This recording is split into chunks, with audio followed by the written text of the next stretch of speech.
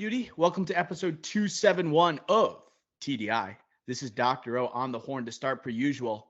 And as always, I'm joined by my co-host, my best friend, and anti-Rotten Tomatoes crusader, Ricky Flicks. How are you, my friend?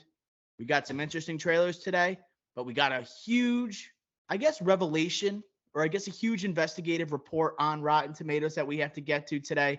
How excited are you to talk about it? We aren't crazy. We aren't crazy. We have been justified. Justice is here. And I cannot wait to talk about it because we've been saying this for years. And we are not crazy. We are not crazy, although it is kind of crazy for us to bring up Rotten Tomatoes scores before we do movie reviews. I think it's just kind of natural for us to do because that's the way people view, right, movies before they even see them, right? It's like people assess and evaluate whether they're going to see a movie, everyday moviegoers, by going to Rotten Tomatoes. It's like the pitchfork for the movie industry, for the music industry. That is Rotten Tomatoes to the movie industry. Yeah, you look A like third this. a third of people apparently go to the movies based on or don't go based on the Rotten Tomato score. Yes, Which is crazy. that is a lot. And we already don't have a ton of moviegoers. And I know we've had an increase this year in the box office, largely reliant on Barbenheimer this year. But this article is pretty concerning. And Vulture came out. It revealed that a PR firm, so Bunker 15, that works on movie publicity, has paid critics $50 per review to submit positive ones on Rotten Tomatoes to inflate the scores for some of their films.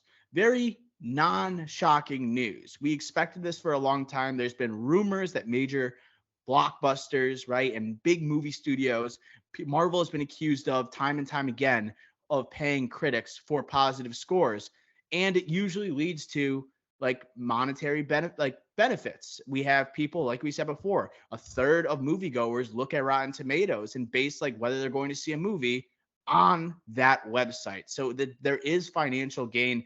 But Ricky Flex, I guess, where do we want to go from here?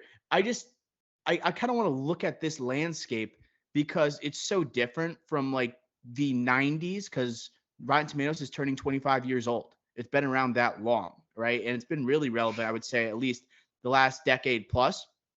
But the way we view movies is so different now. And the way we look at reviews and we look at actual critics, we don't really embrace individual critics anymore, right? The Siskel and Ebert days, the thumbs up, thumbs down, right? Simple review, putting stock into what one reviewer says. And those have gone by the wayside. Even like Peter Travers, right? Rolling Stone, like I used to read his reviews when we had Rolling Stone getting delivered to our house.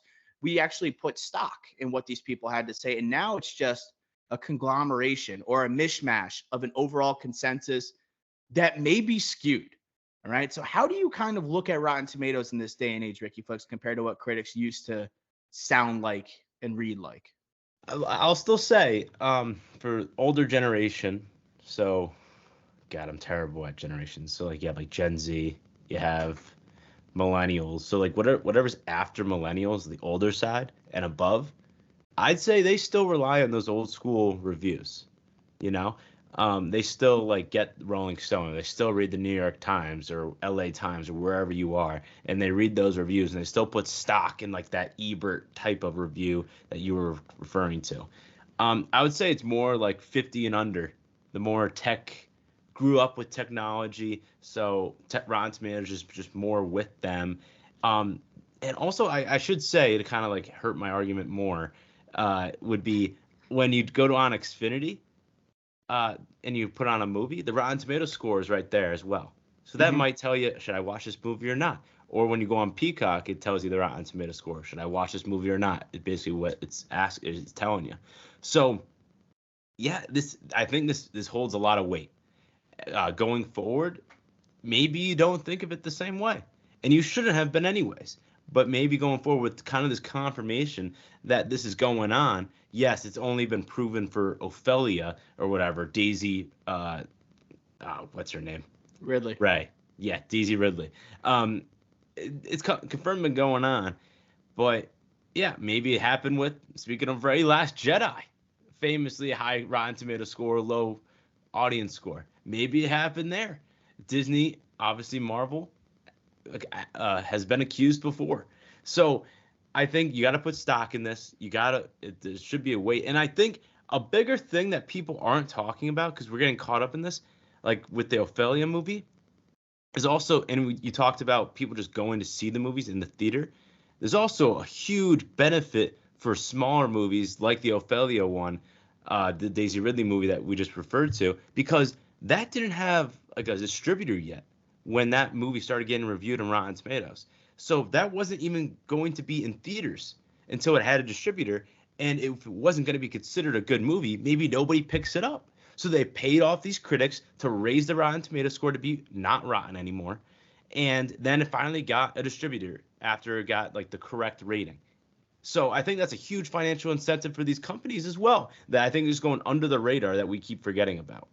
Yeah, so this movie you're talking about, Ophelia, it is a female take on Hamlet, starring Daisy Ridley, and the PR firm that was promoting it, right? That's trying to get it like signed by a studio is Bunker 15. That's what this is like the this company that's taking the biggest hit from this Vulture article. And yeah, so you think about it how it's like smaller scale films that are doing it, but imagine the power that a major studio could have. And this article, I don't know if you read it, Ricky Flex, completely, but it talks about like that MCU aspect, and it talks about review embargoes and holding reviews at a certain point. And it talks about Ant-Man and the Wasp, Quantumania, and when that embargo is initially lifted, it's fresh, right? At 79%. It's not certified fresh, but when people are going to buy tickets for the movie, when those go on sale, or like we're about to head into the weekend, they are seeing that red tomato next to Quantumania when they visit the Rotten Tomatoes app or website, and that draws people to watch the film, as opposed to having that green splat. You're turned off by it. It's vile. It's disgusting. It's rotten. And you talked about it. It's not like there's other ways that when you turn on and go to the info of certain movies that you're watching on TV, it'll have like 1 star, 2 star, 3 stars, 4 stars. I remember Xfinity when like you saw a 4 star movie on the info button, you're like, oh my God, I have to watch this, you know? But that's just what Rotten Tomatoes is now. It's like you now don't look at those 1, 2, 3, or 4 stars. It's like you want to see the movies that other people like because there's got to be some good aspects to it. Like how likely is it that you're not going to enjoy a movie that everyone else loves? But Rotten Tomatoes has taken on like this mob mentality where it's just, okay, everybody thinks this. I'm just going to take the easy way out, easy route. I'm just going to watch this. I probably will like it. It's lazy a little bit from moviegoers just to say, oh, everybody likes this, then I should watch it too. You know? Yes. And it makes me think about too, Ricky Flex, the way there's a shift in like critics now, how it's more right mob, like we talked about. Like Tarantino's last film is called The Movie Critic, and it makes me think that Tarantino does it, and it's about a movie critic from the maybe late 60s, I think it's 70s that it's taking place.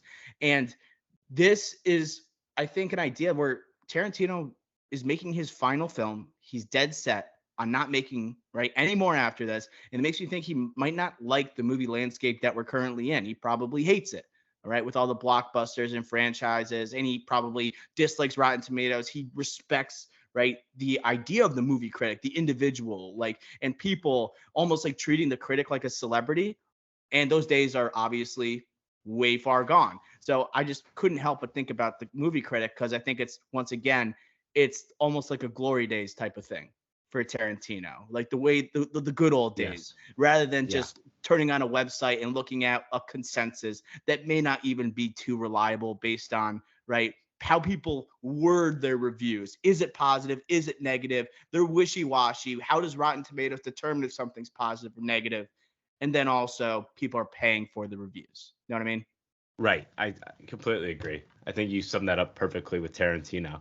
And he's kind of like the perfect guy to kind of tackle this subject in a movie, especially being his last movie and all. Like movie critics today might take offense to that, but it's like, oh wait, it's Tarantino's last movie. Like we're gonna have to, measure this accordingly. So they might, because movie critics are historically sensitive. very sensitive. But I think going back to your previous point here with Quantumania, that we said it at the time. All right. But I'll take a step back actually. So we've mentioned on the pod before how like movies don't want like in their second weekend. So they have your opening weekend box office number, and then your second weekend. You don't want to drop more than like 50% in your second weekend, right? So box office wise. Yeah, box office wise, domestically really. So Quantumania is the crazy one where days leading into it, the opening weekend when people are buying tickets, it's at 79%, like you said. But then days later, it just drops off a cliff. So you're exactly right. And then when it drops off a cliff, what happened? Second weekend, 69% drop off from the box office drop off in the second week. That is so steep, the steepest Marvel's ever seen, and you have to take some stock in the Rotten Tomatoes drop off. And and I think Marvel knew this. Now we're like tinfoil hats are coming on. Marvel knew this. Get the reviews up. Make sure they can get the opening weekend as high as possible, because look what happened to Indiana Jones a few months later. Premiered at Cannes, started at 12 reviews, 33%, and then look, that movie never even had a good opening weekend, and it never made back its budget. So I think this is going to be a continue, especially for these big budget movies, right? Marvel being at the forefront of that. This is going to be a topic that's going to drag on, I think, for this foreseeable future. And what I want most is, of course, to come up on the weekly on the checkup here and say, now this movie's been proven. Now this movie's been proven to do this. And this studio is doing this. I need some more juice because this Ophelia one, Daisy Ridley one, whatever. All right. But if they said Quantumania proven they did this, or hey, Lucasfilm proven they did this, or something like that, then that's a story that will rattle the industry. I think this is just tip of the iceberg. Yes, I would say that as well. Where it's so small scale, imagine like if you actually have a lot of money, and these people are paying like $50 for a positive review. What can Disney shell out whenever they want to let's say Marvel needs a hit, right, at the box office, and they need people going to see their films, pay off a couple Rotten Tomatoes reviewers, maybe some like more highly touted Rotten Tomato critics.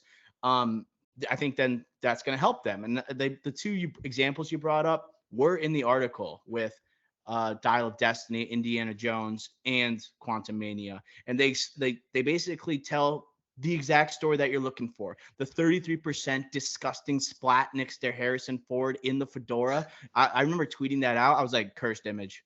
This looks awful, right? And that's where it showed like, that's why you don't debut a blockbuster movie at Cannes, where the critics might not be receptive and they aren't the target audience, the target demographic for that movie. They shit on it, right? And then you have that 33% go to like 40%, and it lasts until when the movie actually releases that week and people are turned off. And then we have a movie that loses $100 million with Dial of Destiny. And then you talked about the reverse, where you hold that embargo, you hold those reviews at a certain level, get that red tomato, but then it's revealed how rotten the movie is. And then all of a sudden the numbers go down.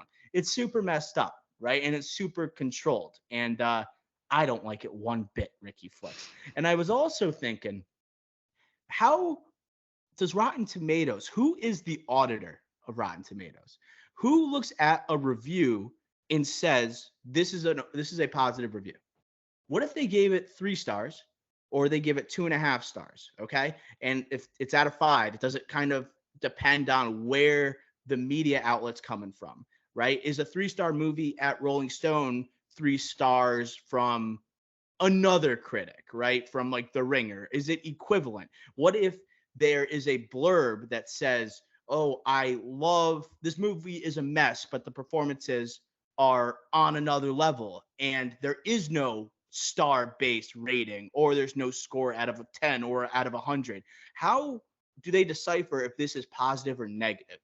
And I feel like there's just a lot of leeway, and they can kind of choose sometimes what a critic thinks about it. They're not as concrete as a Siskel or Ebert used to be, and we used to hear from them directly. All we see as consumers of this website is like a bunch of like 10 reviews, little blurbs about a movie, and it'll try and sum up what that critic's trying to say.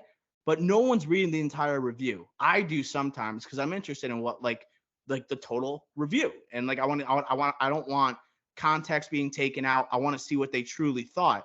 But I don't think a lot of people are doing that. We live in a day of like short form. I just think it's kind of bullshit, how they decide if something's positive or negative when there is no true concrete decisiveness from the reviewer himself or herself.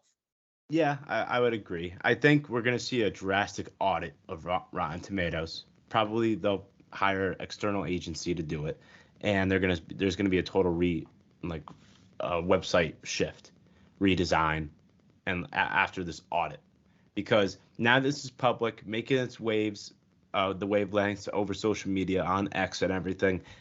Yeah, I just don't see Rotten Tomatoes staying like the way it is. I think they're gonna have to change. And yes, we mentioned this is only Ophelia and tip of the iceberg, but this is enough to put the tinfoil hats on like we're doing and talk about it. And we're not the only ones doing it. So I think we're gonna see a drastic change to kind of fix those discrepancies, those areas that are kind of blurred that you're referring to. And I'm not gonna say it's gonna happen tomorrow, but they're probably going to put a pep in their step to try to fix this rather soon. Yeah, I think they got to make that public, who the auditors are, what the process is like. Maybe give the big examples. Four, Maybe give an example. Maybe more like actual, like, okay, this means like if you rate it like this, if it's like out of these stars, that means it's positive, right? Or this means it's rotten, right? Which way is it swaying? Be more upfront. And for those, why it's so important, for those who don't know how Rotten Tomatoes works, it's the number of positive reviews divided by the total reviews. And that's how they give you a Rotten Tomato critic score. So, and then people trust the audience score, but I want to know also, how is the audience score being actually tested? I'm also interested in that because people have now said, oh, I don't trust the critics. They're getting paid. I trust the audience. But what is the actual measurement of the audience score? Is there polls? Is there surveys? Is it just like people giving their reviews online in some capacity? Are they sending them into Rotten Tomatoes? I'm just not completely sure how that works. Okay. Any other final thoughts? Right. I as we wrap up, I guess as cinephiles, we understand, and a lot of people who love movies, they understand the Rotten Tomato perspective. But I remember late nights with my friends, and they aren't as into movies as I am, and I give a recommendation, and the first thing that they say is, "What's it have on Rotten Tomatoes?" So I think for like the everyday moviegoer, Rotten Tomatoes is gonna still have an imprint. Not many people are gonna read this article that aren't movie fans. I think it's gonna stay around. Yeah, I think this is making the rounds on social media, like I mentioned. But I agree with you. End of the day, I think people are still going to take Rotten Tomatoes for what it is. And I think everyone in the back of their mind, has heard people like us saying, oh, Rotten Tomatoes sometimes BS. It's full of crap. Captain Marvel, I'm looking at you. Other Marvel properties, I'm looking at you. But end of the day, it's like, yeah, even me subconsciously, I look at Bike Riders that we're going to talk about here. It's got 12 reviews and it's at 91% already. Like, that's already a hot start. IMDb's out 8.9 out of 10. It's through the roof after like a crap ton more reviews. So I'm still putting stock in like these rating outlets, but I'm always going to be skeptical. That's just how we should be, though. We should be skeptical.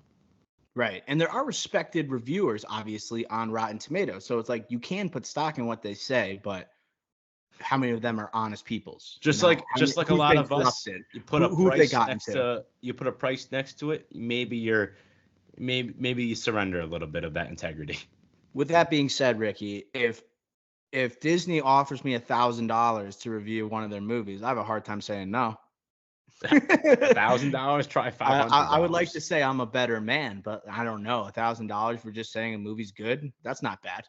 Right. But I think we need to go Pat Pespis, and you talk about tinfoil hat. I think we go Pat Pespis, telemarketer style, Michael Moore, and we're going to investigate Rotten Tomatoes. I think go that's a undercover good as a critic and somehow get one of these PR firms that's working for Marvel or somebody to give us or send us an offer, and maybe we accept the money, but we take it public, but we get to keep it.